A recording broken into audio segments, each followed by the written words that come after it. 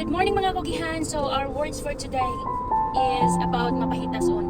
So hunahunaan lang nako no. So kitang tanan lain-lain taog status atong kinabuhi no.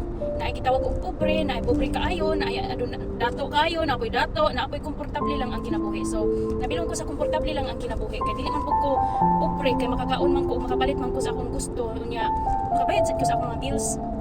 Dili sa ko dato kaya kanang dato kanang lang nagpaharahay unya kanang paabot na lang sa kanaang kuan ba kwarta permi. Anyway, so kitang tanan daghan kaayo kasagaran sa mga Pilipino no, daghan kaayong mang lockdown sa mga pobre, daghan kaayong suya ay pud. So kita wala kita katungod nga man lockdown, ang uban siguro kanang mga pahitason bitaw kaayo, ang uban taas na kayo sila pagtanaw, paglantaw sa ilang kinabuhi, di nakapalumulingi o kiin sila gikan. So kita dili kita dapat dili ta mag-ingon ana no kay bisag unsay status atong kinabuhi karong panahon na ayaw mo pag-ingon ana kay nagtuyok ang kalibutan. Siguro karon kamo ang gipaboran pero wa lang nato damha nga sa sunod katuigan o moabot ang katuigan nga sila na pud ang mapaboran.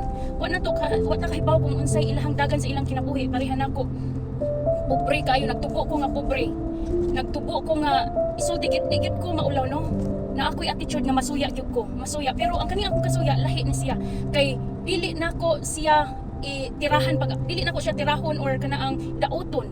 Ang ako is nasuya ko like wala oy may pasiya magin anak ko, wala oy may pasiya na anay ko anay sakyanan na ibalay ni nagkitrabaho na ko anin ana mo ni ako ang batasan. Pero wala na nako gidib nga wa pud ako gidaw na akong kinabuhi nga hala no kana ang ganung di ko makain ana. So instead nga masuya ko ang katong akong gikasuyaan mo taghimo nako nga inspirasyon nga kung kaya niya kaya pud nako. So kugi ra gyud ang sekreto guys, kinahanglan magkugi ka kung nakay gusto nga makabot sa imong kinabuhi, kung nakay pangandoy sa imong kinabuhi magkugi ka, mangita ka paagi unya ampo pa sa Ginoo para you know tabangan po ka sa Ginoo. Pero kung without sa ato ang kuano sa atong kugi di gina mahitabo.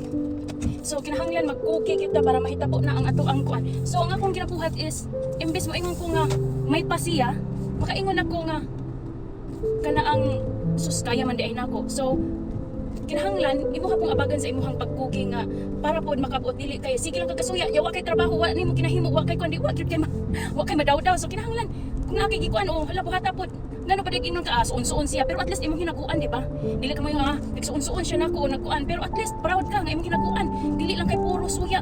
So kitang tanan dili gyud kana ang wa gyud ang nato nga man lockdown ta sa usa ka tawo kay kana ang kung sila na po'y mapaboran katawan ra gyud makatawan ra sa ilang ginabuhat. So stay kind as much as kuan kaya nato.